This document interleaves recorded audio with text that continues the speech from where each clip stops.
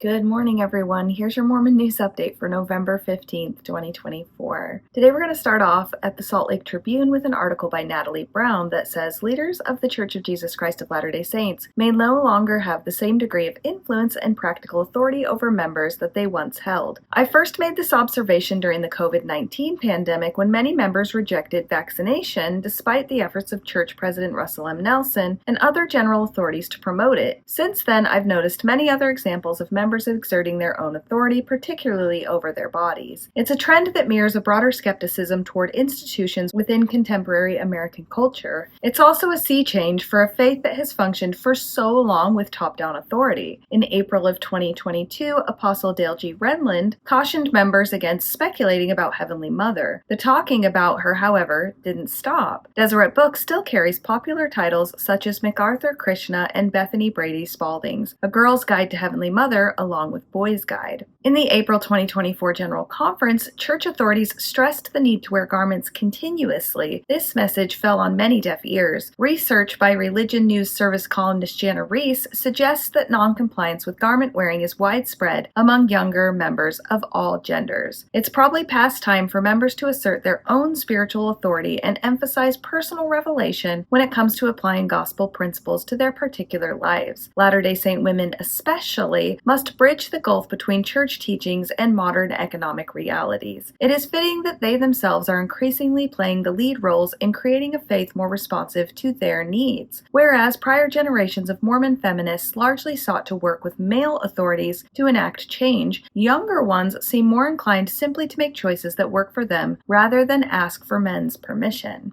Yet the rise of a generation that increasingly rejects institutional authority also raises significant questions about the Church's future and the meanings of Latter-day Saint identity. The fact that the Church now encompasses many members openly taking a cafeteria approach to their faith is a significant change for a high-demand religion in which even daily issues such as what congregation one must attend or what underwear one must wear have been historically dictated by distant authorities. In particular, the Church of Jesus Christ of Latter-day Saints has historically, though perhaps unintentionally, enforced the boundaries between members and non-members largely through its members' bodies. Performance of a certain lifestyle and aesthetic was a tool that served to unify the Church as it became more geographically dispersed and less economically unified after polygamy. Garments, especially for women, have been visible markers setting Latter-day Saints apart, while the Church's rejection of alcohol and premarital sex has the practical effect of pushing members towards socializing with one another. Yet recent research also found that fewer than half of American Mormons regularly adhere to the word of wisdom. The visible markers of Latter-day Saint identity are eroding, and members are adopting various levels of orthopraxy. Where does the Church and the broader Mormon culture go from here? What unifies us when we look beyond the familiar performance of our bodies and lifestyles? What will change if, as seems likely, the Church must increasingly compete for its members' support rather than assume their compliance with centralized teachings, practices, and policies? Perhaps the Church will be forced to more widely offer community programming that better meets members' needs. Perhaps it will provide more satisfying answers to members' questions or expand women's authority. Perhaps it will begin consulting more with members before making decisions that impact them. Competition can be a good thing. For now, the Church appears to be focused on pushing temple covenants as the focal point of the faith. Yet it's unclear to me that attending the temple provides a sufficient sense of daily identity and community. It is an experience members are instructed not to discuss outside temple walls. It is also accessible only by compliance with some of the practices members are rejecting, including garment wearing and worthiness interviews with local male authorities. I would add also that members are required to pay tithing to be eligible for a temple recommend, and a lot of people, after realizing that the Church was hiding billions of dollars, stopped paying tithing. Many, including me, would welcome less policing of their bodies and more responsiveness to our modern realities, but it's also far easier to police bodies than to articulate shared political, economic, or ideological commitments for a global church. Now let's look at the Mormon populations in Utah and Idaho.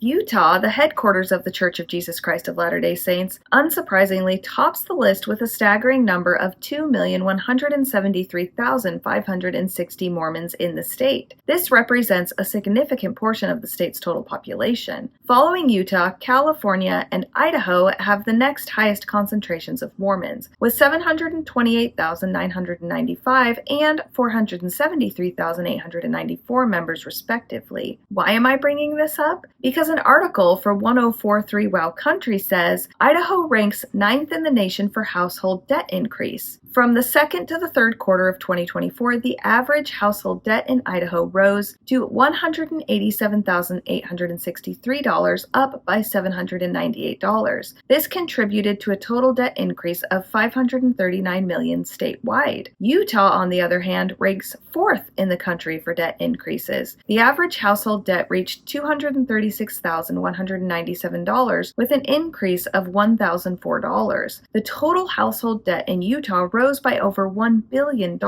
Similar to Idaho, the debt rise in Utah can be attributed to increased reliance on credit amid inflationary pressures. Because there are so many Mormons in both of those states, I think that if the church stopped requiring people to pay tithing and everyone got at least a 10% increase in their salaries, that debt could go down significantly.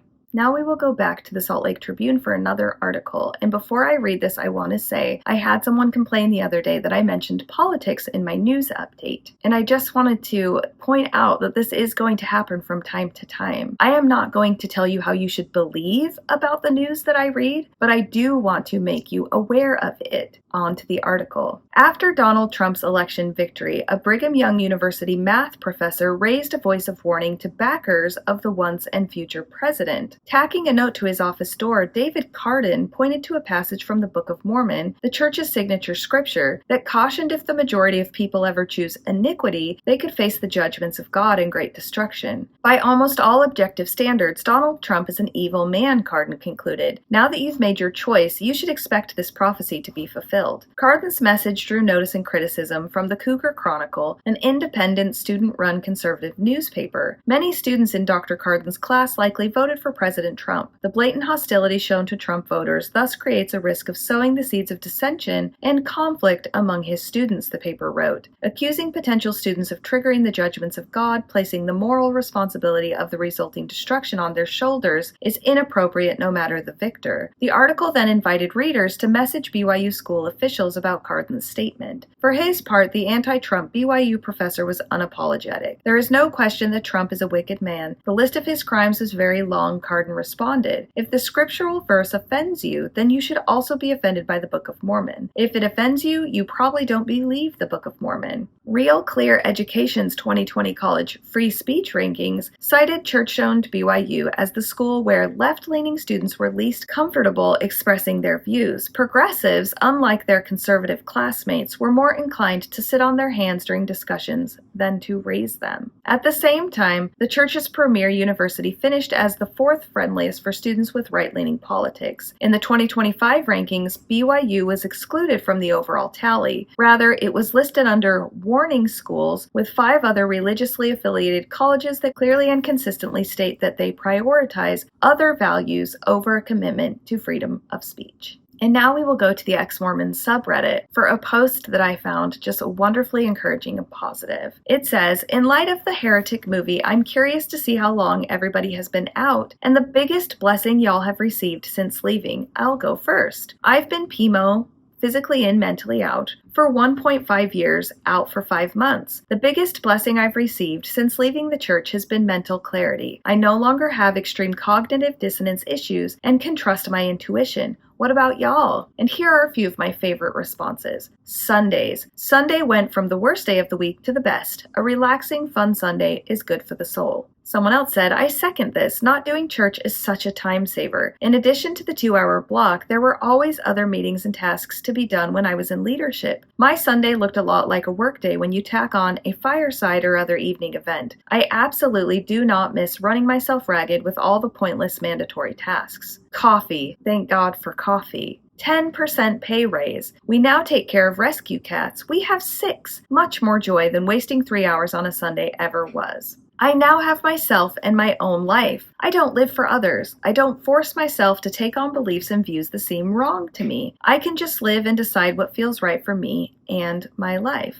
Quick off-the-cuff list. 11.1% increase in pay. Math is weird. 100% increase in weekend days. Substantial increase in free time. Immeasurable benefits in mental health. Participating in volunteer experiences that I actually volunteer for. Gotta be the peace of mind for me. I'm no longer second or triple guessing my own mind all the time over stupid things. When the phone rings, it is no longer someone from the church wanting something or with a problem they want you to help fix. Do my lesson this Sunday. Could you help so-and-so move? Come in for tithing settlement. Did you get your home teaching this month? Will you help us fill the temple this week? It's your turn to help clean the chapel this month. Would you bring some funeral potatoes for the Smith family funeral? Would you talk this Sunday? Would you meet with the bishop for a temple recommend? Would you fast for moisture? You get the idea. In all my years of service, over 70 of them, I can't recall my phone ringing with someone calling just to say they appreciate you and all you have done. Thanks, Brother Taperback. So I guess this means less anxiety, stress, and feelings of being used.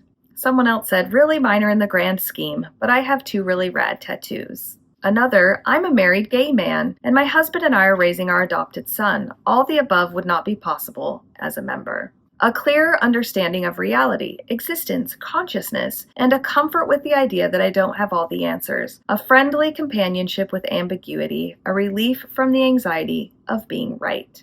What about you? What blessings have you experienced since stepping away from the Mormon Church? And today we will finish up with this great quote that says, I don't know who needs to hear this, but I switched from buying coffee every day to making it at home 2 years ago, and I'm still not a millionaire, to which someone responded, I have studied the habits of millionaires. While it is a good step to save money by making coffee at home, have you considered supplementing your income by committing massive fraud?